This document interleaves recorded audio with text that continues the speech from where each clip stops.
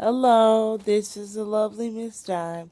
I was coming to check on all my diamonds, and I've been away for quite some time. I had to get some business taken care of. I'm looking to start school in January at either the Art Institute or Savannah College of Art and Design. I haven't gotten an acceptance letter yet from the Art Institute of Atlanta, but it seems like it's pretty promising, and the faculty seems to be on my side. And the no, I want to correct that statement. The admissions people seem to be on my side, and it seems to be a good look in terms of school. I haven't really been focused on the things that I should have been focused on. I was focused on leaving home before I was really emotionally prepared to leave home or financially. I left home on a whim. I left home on an emotion, which never should have been. I should have listened to my parents and loved ones instead of being so hard headed. I'm not here to garner sympathy. I'm here to be honest. Because if someone is not prepared, there were some wolves out there and people who are not going to be supportive of you and don't have your best interests at heart. Parents, for the most part, have the best interests at heart. And I didn't realize that until I went out there, played grown up, hit rock bottom, and had to return home because of decisions that were made. And whoever doesn't disagrees with me making a video admitting that I hit rock bottom. What is rock bottom? Rock bottom is when you run out of money to support yourself. Rock bottom is when you've exhausted all your resources and you have nobody to turn to but God. When people hear me say rock bottom, they automatically assume the absolute worst. But nothing was done unscrupulously. Nothing was done that compromised my integrity legally or anything like that. It was just I was not financially prepared and my heart was not in the right place. It should have been in the right place at the right time. I did not want to follow simple rules at home. I did not want to listen to authority, listen to the people that have raised me because I wanted to be grown and do me. But grown is not just your age, it's your mentality, it's your emotional maturity. And I don't have that yet. The bird is not ready to fly away and be on its own. It's not about age, it's about maturity. And right now, intellectually, I may be 26, but in terms of actions, I'm more like a teenager. And that means I need training at home to be able to learn skills, to be able to be out there on my own. People are not sympathetic or empathetic in general to situations. You're going to find a small percentage of people who are willing to help you along the way. I learned that you make decisions based on your love for somebody and they don't feel the same way and are not willing to sacrifice for you, you will hit rock bottom. That puts the aura in ratchet. And I can't sit up here and blame that person because I'm an adult and I made a choice based on emotion again. I'm owning the responsibility. I'm not here asking for people to hand me a Kleenex because I made poor choices. I did not want to clean my room. I've never been a tidy person. That bothered my mother. I wanted to be on the phone at all hours of the night, not being considerate of other people and having to work. I did not, I wanted to have this one and that one and all kind of company. And company meaning male and female, meaning I wanted to have my friends in the house, not being considerate of who is there. That's what I mean by dude number one, dude number two, and dude number three. Not saying I'm sleeping with all of them. That's saying I wanted male companionship or outings with men, or have be free to have someone visit me at my house, and my mother wasn't going to tolerate that. We're a devout religious family. It's not going to fly in her house. And I wanted to do me.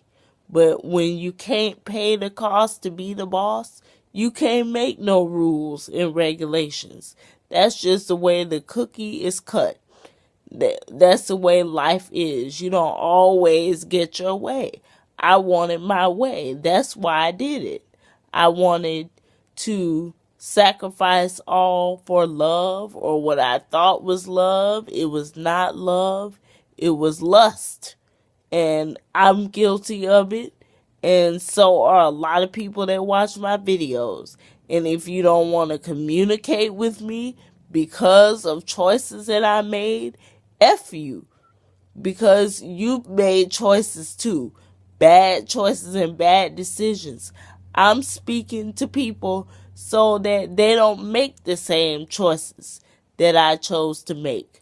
It's trying to not don't put any human being on a pedestal, because as soon as they fall from grace, then you don't want to have nothing to do with them. I don't have a monopoly on being selfish and stubborn and following a dream and following love and thinking that life was all roses and butterflies and rainbows. I'm not the first individual to believe somebody when they don't tell the truth. I'm not. And I'm not the first person to go out there, have relations and get my feelings hurt and be made a fool of. And if that makes me ratchet, then I guess I'm ratchet then. Don't take issue with somebody because they take to social networking to let younger people, older people, same age bracket, know that it's not cool to do that. I'm a young person, and maybe you don't want to listen to your parents or listen to older people, but I'm young and I can relate, and I may be able to give a message out there to people, and you don't have to be considered promiscuous to put yourself at risk having relations when you have a health concern or unprotected, even if it's with one person, is putting yourself at risk. And at least my tests came out negative. I'm in the clear. But anytime you do anything unprotected, again, you are putting yourself at risk. Thank God I dodged a bullet. But many people have it unprotected and don't live to tell the story. At least, by the grace of God, I'm cool. But it could have went the other way.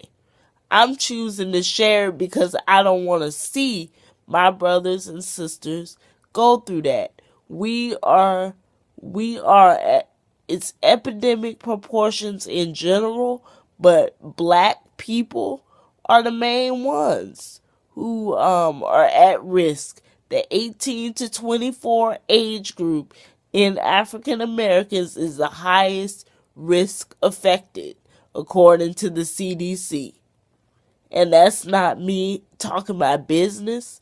That's being honest.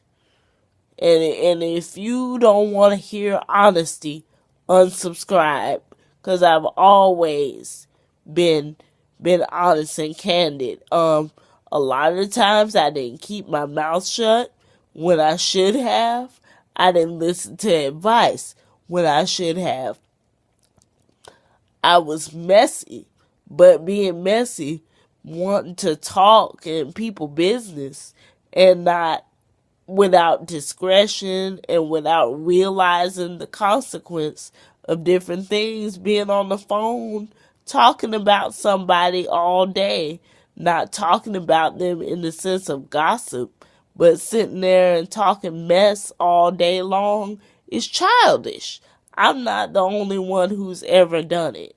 So you can't be mad at me or want to hold a grudge. And I'm sorry to whoever was hurt by me or is disappointed. But if you're holding on to that, I've moved on with my life. So you can just suck it like a blow pop if you don't accept the apology, because I'm not kissing tail just to get along with somebody. F you and your bloodline. If you don't like what I have to say, if you don't groove with me, there's a block button for a reason. But that being said, I just want people to learn so that they don't make the same mistakes that I made. The other part of the reason that I left school was because I thought that I was in love with someone and they made a choice to treat me differently because of health concerns, and I had a nervous breakdown. Somebody who had coping skills, age appropriate coping skills, wouldn't have had a nervous breakdown. But I did not have those coping skills and I had a nervous breakdown. I had to get out of that situation. It was too much drama. We were arguing back and forth. It was happening in the classroom, out of the classroom, in the cafeteria. I mean, everywhere. And that was affecting my work because we worked together. We went out together. We had the same friends. Together. And when he responded like that after sharing experiences, working on projects in class, I could not handle it. I couldn't deal with it. I really thought I loved him, or at a point maybe I was in love with him, but that wasn't the purpose of going to school.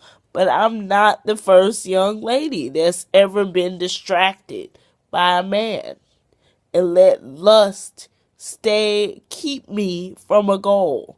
But I'm back on track now, and I'm gonna pursue my education and try to weed out the bad apples and just don't hold on to somebody just because you want to be loved. Hold on to the right individuals and don't really chase anybody. God will send you the person that's meant for you. Well, with that being said, I'm going to go back to sleep. Everybody have a great day. Bye-bye.